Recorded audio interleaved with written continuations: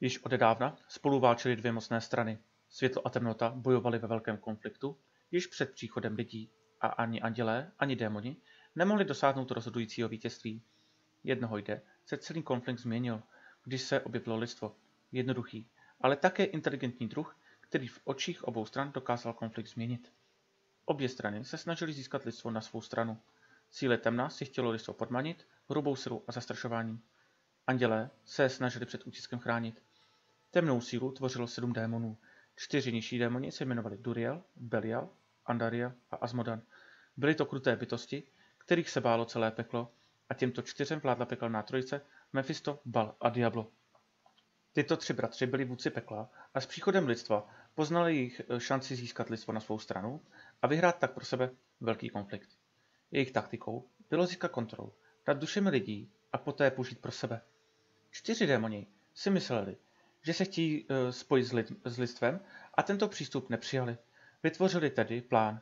Asmodan s Belialem se spojili a za pomoci pekelné armády dokázali zbavit trojici bratří jejich moci a vrhnout je do obyčejného světa lidí. Bylo samozřejmě jasné, že lidstvo nemělo šanci proti těmto 3 cokoliv udělat. Bylo to nejhorší, co se mohlo stát.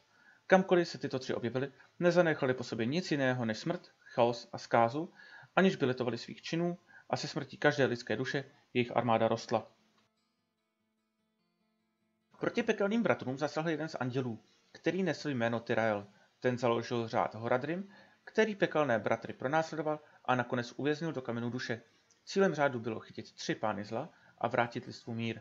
Diablo byl svobodný nejdéle, ale i toho nakonec polapil člen řádu Horadrim, Jared Kain. Pohřbali kámen hluboko pod zemí, postavili nad ním obrovskou jeskyni a katakomby s cílem, že pokud by smrtelník někdy hledal kámen, ztratil by se v tomto labirintu a zahynul. Přes tento labirint postavili klášter, aby udrželi tajemství o kamenných duše, na které nikdy nezapomenou. Uběhlo mnoho let, dokonce staletí. Řád se rozpadl a z chrámu se stala ruina. Na Horadrim i na kámen duše bylo zapomenuto. V okolí klášteru začaly vznikat vesnice a život šel dál. Už nebyl nikdo, kdo by si pamatoval, jak obrovské zlo se pod zemí ukrývá. V království Westmarch, které leželo severně od Khandurasu, se začalo šířit nové náboženství Zakuram, které občany vedlo, aby se přidali na stranu světla.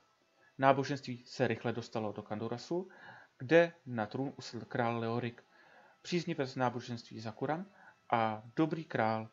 Leorik a jeho hlavní duchovní Lazarus si jako své sídlo zvolili právě opuštěný chrám Horadrimu ve městě Tristram.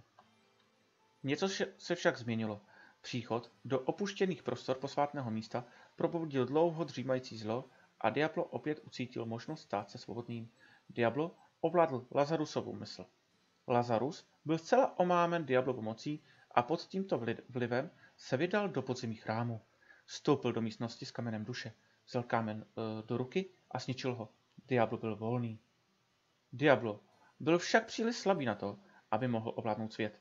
Musel nejprve získat moc lidí, žijících na povrchu. Rozhodl se proto nejmocnějšího, krále Leorika. Diablovo počínání bylo úspěšné a vedlo k naprosté změně osobnosti dříve dobrosrdečného krále. Leorik zápasil se šílenstvím, byl podezíravý vůči okolí, kohokoliv, kdo se mu postavil, toho popravil. Jeho šílenství však došlo tak daleko, že pod Lazarusovým vlivem vyhlásil válku království Westmarch. Do čela kandaruské armády byl postaven jeden z největších hrdinů své doby, Lahdanan. Ten, i když si byl vědom změn svého krále, uposlechl jeho rozkaz a vydal se proti Westmarchu. Porážka armády Kandurasu byla však děsivá a Lahdanan se zachránil jen z několika muži. Mezitím se Diablo snažil zcela ovládnout Leorikovu mysl, ale král byl příliš silný na to, aby mu zcela podlehl. Tak se vzdal ovládnutí Leorika a rozhodl se, že pro své cíle využije jeho syna Albrechta. Bohužel králi už jeho posedlosti nebylo pomoci. Albrecht, unesený Lazarusem, se stal krutou obětí Diablových úmyslů. Ten mu zjeval ty nejstrašnější obrazy a brzy se mu duši Albrechta podařilo ovládnout. S jeho pomocí stvořil ty nejhorší příšery a nestvůry, jaké svět kdy viděl. Z Albrechta vyrostly trny a jeho lebku prorazily obrovské rohy a proměnil se v Diabla, který zůstal ukrytý v podzemí. se do Tristramu vrátily zbytky poražené armády. Leorik, který pátral po únosi svého syna, z tohoto důvodu nechal vyvraždit mnoho obyvatel města. Lachdanan spatřil počínání svého krále a rozhodl se ukončit Leorikovi život. Spolu se svou skupinou ho zabil v podzemí hradejského chrámu. Další ránu zasadil vesnici Tristram Lazarus. Ten se vrátil zpět na povrch a přesvědčil obyvatele, že byl unesen stejně jako jeho princ Albrecht. Lidé mu uvěřili a vydali se prince do podzemí vysvobodit. Lazarus je však zavedl přímo do chřtánu samotného pekla, z něhož uniklo jen pár vesničanů. Diablo byl ve svém podzemním království velmi šťastný a žil ze strachu žijících nad jeho sídlem. Postupem času se ve světě rozšířila pověst, že v Tristramu je uvězněné obrovské zlo, a tak bylo zřejmé, že do města přijdou hrdinové, aby je osvobodili od tohoto zla. Většina z nich se ale do města dostavila se špatným cílem, šli spíše za slávou a za bohatstvím, než aby pomohli lidem ve městě. Každým dnem přicházelo do města stále více hrdinů, cházeli do kláštera a pokud někdo vylezl ven, okamžitě opustil město. Lidé přestávali věřit v záchranu Tristramu a noví hrdinové už přestávali přicházet. Tento okamžik, kdy už všechna naděje pohasínala, přišel do města další hrdina. Byl zcela odlišný od všech předchozích. Byl klidný, nemluvil s lidmi a vycházel pokaždé, aby vyšel do kláštera. Pokaždé, když vešel, lidé se za něj modlili, aby vyšel živý a s postupem času začali svého hrdinu podporovat. Dali mu jídlo, brnění, léky a meč. Nechávali ho u sebe přespat, protože po každé jeho návštěvě kláštera vyšel zranění. Týdny uplynuly, než hrdina jednoho dne dorazil do cíle své cesty. Zjistil, kde se nachází Diablova komnata, kde svedl děsivý boj. Nakonec však hrdina dokázal Diabla položit. Hrdina potřísněný krví, svou i krví Diabla, vzal kámen duše a vrazil ho plnou silou do čela přesně uprostřed. Tímto chtěl zabránit zlu, aby už nikdy nemohlo ovlivňovat chod života na zemi. Lidé ve městě z kláštera zaslechli děsivý výkřik a nyní čekali, kdo vystoupí z budovy.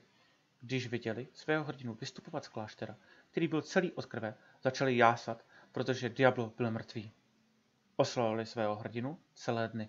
Všichni ho oslavovali jako svého přítele a zachránce světa. Ale sám hrdina byl z událostí tak zničený, že každý den jen tiše seděl a nic nedělal. Lidé v Tristramu nevěděli, co hrdina zašel pod klášterem. S každým dalším dnem však Diablo stále více a více ovládal hrdinu, až do samotného dne, zcela uzdraveného, z jeho zranění poslal na svobodu své dva bratry. Vzal si věci a začal chodit.